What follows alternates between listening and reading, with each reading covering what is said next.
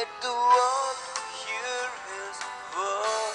நீங்கள் எந்த அளவினால் அளக்கிறீர்களோ அந்த அளவினால் உங்களுக்கும் அளக்கப்படும். லூக்கா 6:38. கான்ரட் ரூலண்ட் இளம் பிராயத்திலேயே மிக துடிப்பான சிறுவனாக இருந்தான். அவனை அடக்கி ஒரு இடத்திலே உட்கார வைப்பது அவனுடைய பெற்றோருக்கு மிகவும் கஷ்டமான ஒரு செயலாக இருந்தது. எனவே அவனுடைய ஆற்றலை நல்ல முறையில் பயன்படுத்த அவனை அவனுடைய பெற்றோர் இளைஞர் விளையாட்டு அணியிலே சேர்த்து விட்டனர்.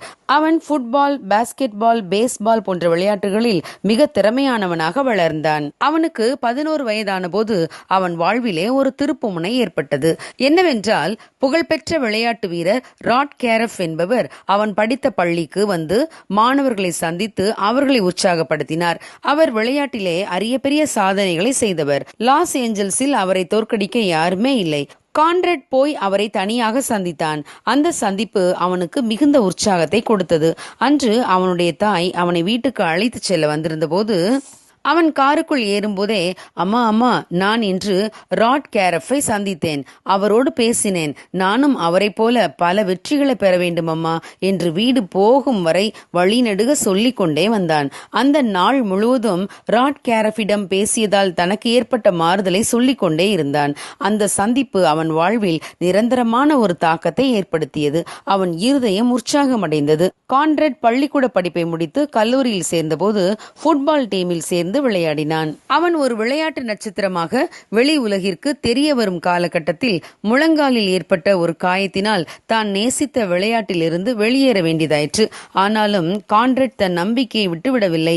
தன்னை கடுமையான பயிற்சியில ஈடுபடுத்திக் கொண்டிருந்தான். ஒரு நாள் கான்ரட் ஜிம்மில் உடற்பயிற்சி செய்து கொண்டிருந்த போது அவனுக்கு கடுமையான தலைவலி ஏற்பட்டது. தன் வலது கண்ணை யாரோ குத்துவதை போல இருந்தது. உடனடியாக அவனுக்கு தீவிர சிகிச்சை கொடுக்க வேண்டியதாயிற்று.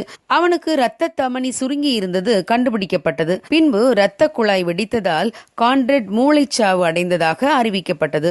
இந்த சம்பவத்துக்கு சில மாதங்களுக்கு முன்புதான் கான்ரட் தான் இறக்கும் பட்சத்தில் தன்னுடைய உடல் உறுப்புகளை தானமாக கொடுத்து விடும்படி எழுதி வைத்தார்.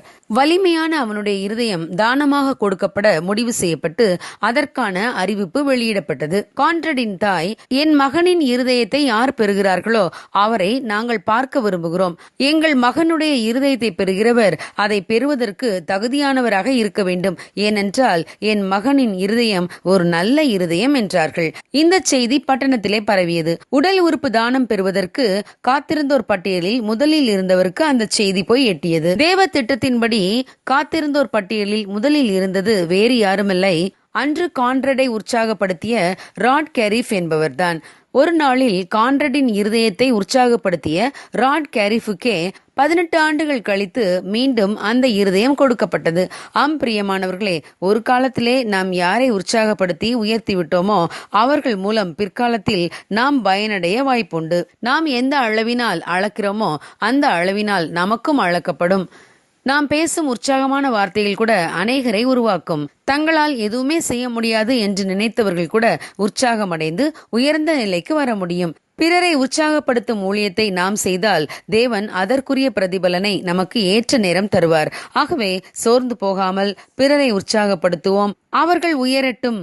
God bless you. Have a good day.